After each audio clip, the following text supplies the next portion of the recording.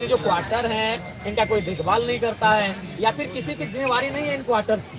क्योंकि इन्होंने देखा कि कुछ लोग 7-8 क्वार्टर पे कब्जा किए हैं और इन्होंने अखबार में ही पढ़ा कि 5,500 क्वार्टरों पे कब्जा है। तो ये सोचा कि भाई इसकी कोई जिम्मेवारी नहीं ले रहा है, ये लावारिस पड़ा है।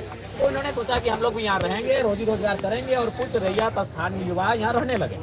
उसी क्रम में सूचना हुई, पुलिस की टीम आई, इनको धमकाया गया, चमकाया गया कि नहीं क्वार्टर को खाली कीजिए। तो इन्होंने भी कहा कि सर हम लोग 7 क्वार्टर को खाली कर देंगे, लेकिन सबसे पहले 5,500 क्वार्टर यहाँ अवैध रूप से हैं उन सबको खाली कीजिए।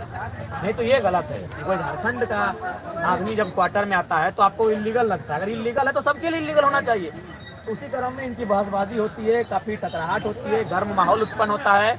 और लगभग उस समय हम धनबाद में होते हैं, मेरा कार्यक्रम होता, तो हमें सूचना मिली। तो हम बोले देखिए आप लोग अच्छा से रहिए, प्रशासन से आप मौखिक लड़िए, किसी रूप से शारीरिक रूप से हिंसा और लड़ाई किसी तरह से नहीं होगी। मौखिक लड़िए मतलब अपना तर्क रखिए, आप बातचीत कीजिए, अपने शब्द को रखिए, अपने आर्गुमेंट्स को रखिए, लेकिन प्रशासन से बिल्कुल किसी प्रकार से मैंने माहौल ख़राब नहीं करना है। हम आ जाएंगे। तो फिर 2 बजे रात को हमें फुर्सत मिला, हम आए। जब हम आए तो थोड़ा सा हॉट टॉक प्रशासन से हमारा भी हुआ।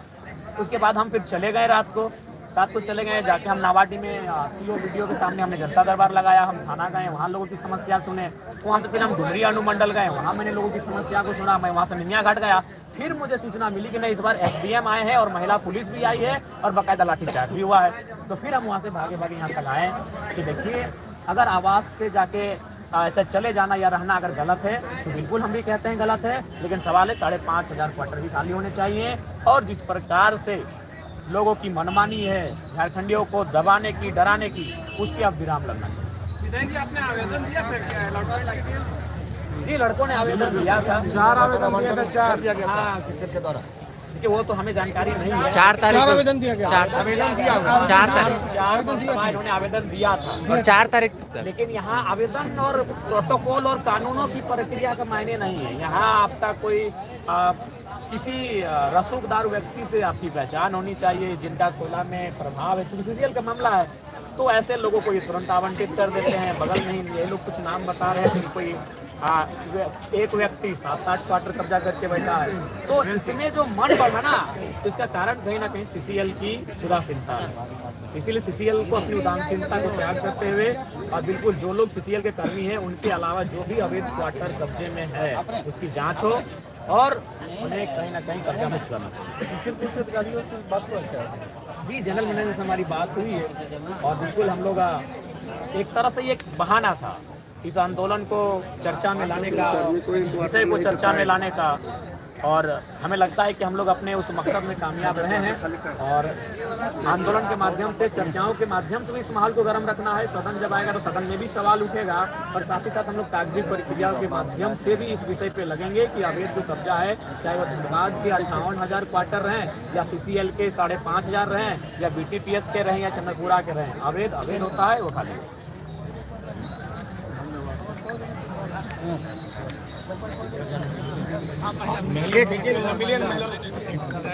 जब क्वार्टर में आता है तो आपको इलीगल लगता है, अगर इलीगल है तो सबके लिए इलीगल होना चाहिए। तो उसी क्रम में इनकी बहसबाजी होती है, काफ़ी टकराहट होती है, गर्म माहौल उत्पन्न होता है।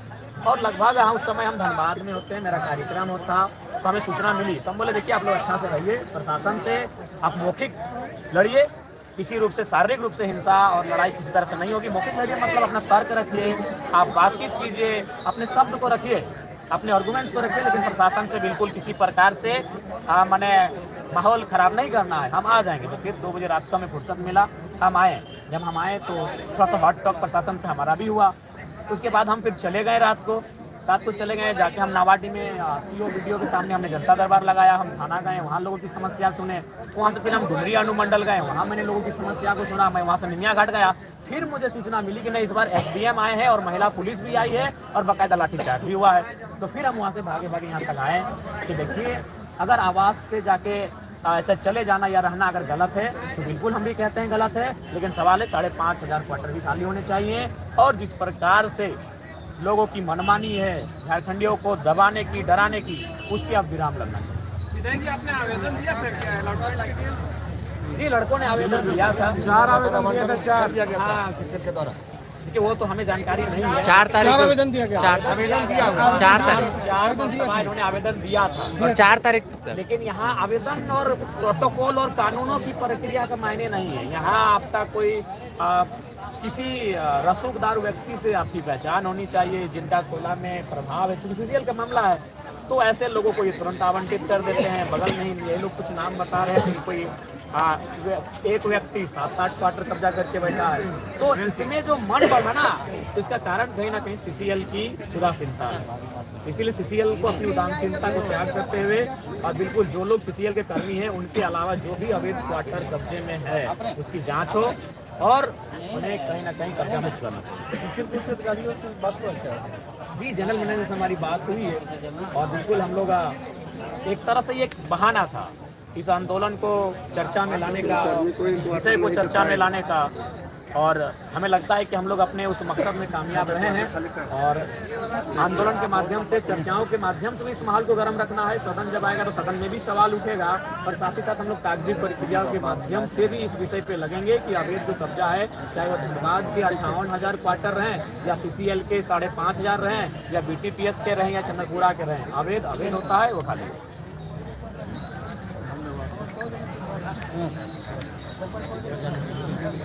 मिलियन